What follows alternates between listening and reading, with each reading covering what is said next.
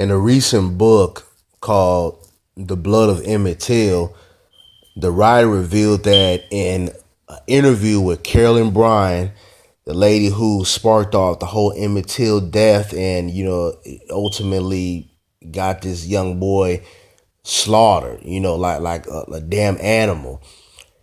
They revealed that Carolyn Bryant admitted that she lied about pretty much the whole entire story, which anybody with common sense knows that was the case from the jump. But she basically admitted that Emmett Till did no physical or verbal gesture to her. At that time, racism was at, pretty much an all-time high, and it was normal to accuse black men of doing certain things to white women. And we've seen movies like To Kill a Mockingbird and several movies and stories out here where that was demonstrated. And when you look at now, in 2017, the same stuff goes on. Black men, especially black men, other races too, but primarily black men are accused for saying things about a white woman or sexually assaulting them. You saw what's going on with the whole Cosby situation. And yeah, there was some black women involved in that situation, but also because white women were involved, it takes it to another level. So, not too much has changed in 2017. But, if you guys have listened to my previous videos about, how I feel about the Emmett Till story, I don't need to go into the backdrop of it. But, I think this woman needs to be brought up on charges. She definitely needs to spend the rest of her, decrepit life in prison, because you cause, a serious situation. The Emmett Till murder, sparked off the civil rights movement.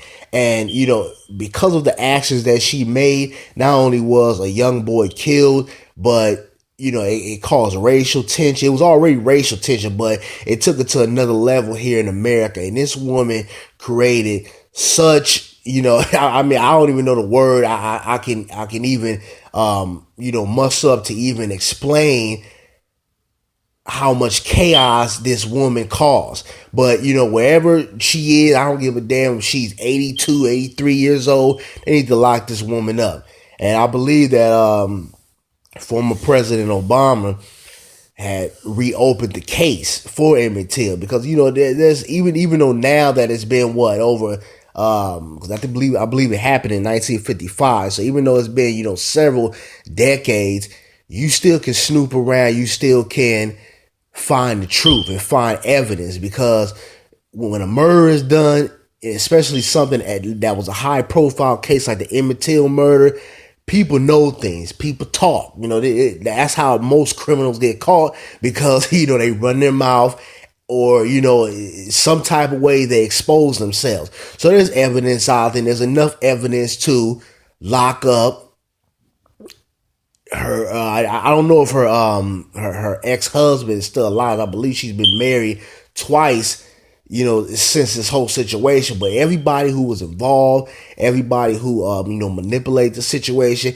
needs to be behind bars, because I guarantee you, if this was a black man who had committed a crime back when he was 6 years old, he would be behind bars. So, that's what needs to happen out of, her coming out and finally admitting that, I lied about this situation.